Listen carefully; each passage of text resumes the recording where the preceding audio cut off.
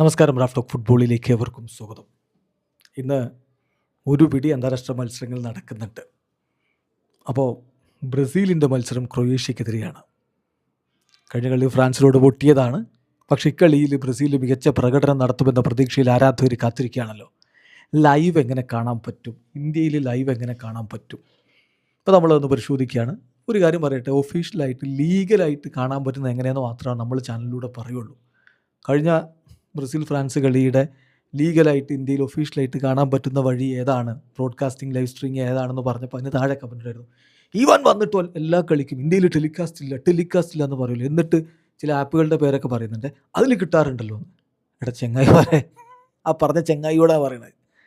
ഇത് ലീഗലായിട്ട് കാണാൻ പറ്റുന്ന മാത്രമേ നമ്മൾ പ്രൊമോട്ട് ചെയ്യുന്നുള്ളൂ. ബാക്കി നിങ്ങൾക്ക് എങ്ങനെയോ കാണാം. അതിൻ്റെ കോൺസിക്വൻസസ് വരികയാണെങ്കിൽ അതിൻ്റെ പിന്നാലെ നിങ്ങൾക്ക് തൂങ്ങുകയും ചെയ്യാം. അതിൻ്റെ പിന്നാലെ അങ്ങ് നടന്നു, അത്രയേ ഉള്ളൂ. അത് നമുക്ക് വീഡിയോയിൽ ഇവിടെ ഒഫീഷ്യലായിട്ട് പറയാൻ പറ്റുന്ന കാര്യങ്ങളല്ല.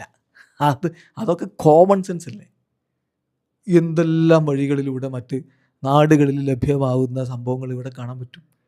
അതൊക്കെ ഒഫീഷ്യലി ഇങ്ങനെ പ്രൊമോട്ട് ചെയ്യാൻ പറ്റും. ഒഫീഷ്യലായിട്ട് അതാണ് ശരിയെന്ന് പറയാൻ പറ്റുമോ? ഇല്ല. അപ്പോൾ അതുകൊണ്ട് അത് പറയില്ല. ഇവിടെ ഒഫീഷ്യൽ സ്ട്രീമിംഗ് അത് ഫാൻ കോഡിലൂടെയാണ്. ബ്രസീലിൻ്റെ എല്ലാ മത്സരങ്ങളും ഉണ്ട്. ഇപ്പം ഈജിപ്തിനെതിരെയുള്ള വരുന്ന വേൾഡ് കപ്പിന് മുമ്പുള്ള സന്നാഹ മത്സരം ഉണ്ടല്ലോ, അതും ഉണ്ട്. അവർ ബ്രസീൽ ഫ്രണ്ട്ലീസ് എന്ന് പറഞ്ഞ് അവർ ലിസ്റ്റ് ചെയ്തിട്ടുണ്ട്. ഏതായാലും ഇപ്പോൾ ബ്രസീൽ വേഴ്സസ് ക്രൊയേഷ്യ മത്സരം നമുക്ക് പാസ് എടുത്ത് കാണാൻ പറ്റും. ചെറിയ തുകയേ ഉള്ളൂ ഇപ്പോൾ, 25 രൂപ. ഇത് കളി അടുക്കുന്തോറും ചെറിയ മാറ്റങ്ങളൊക്കെ വരാറുണ്ട്.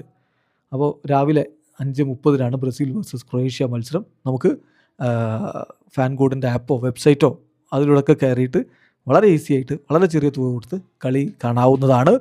ഏതായാലും ഇന്നത്തെ മത്സരം ബ്രസീൽ ജയിക്കുമോ എന്നുള്ളതാണ് ചോദ്യം. 2 കളി അടുപ്പിച്ച് തോറ്റാൽ അത് ആഞ്ചലോട്ടിക്ക് വലിയ ക്ഷീണമുണ്ടാക്കും. വേൾഡ് കപ്പിന് മുമ്പ് അദ്ദേഹം പുറത്താവുമോ എന്നൊക്കെ കമൻറ്റൊക്കെ ഉണ്ട്. അങ്ങനെ ആഞ്ചലോട്ടി പുറത്താവുന്ന ആരും കരുതണ്ട.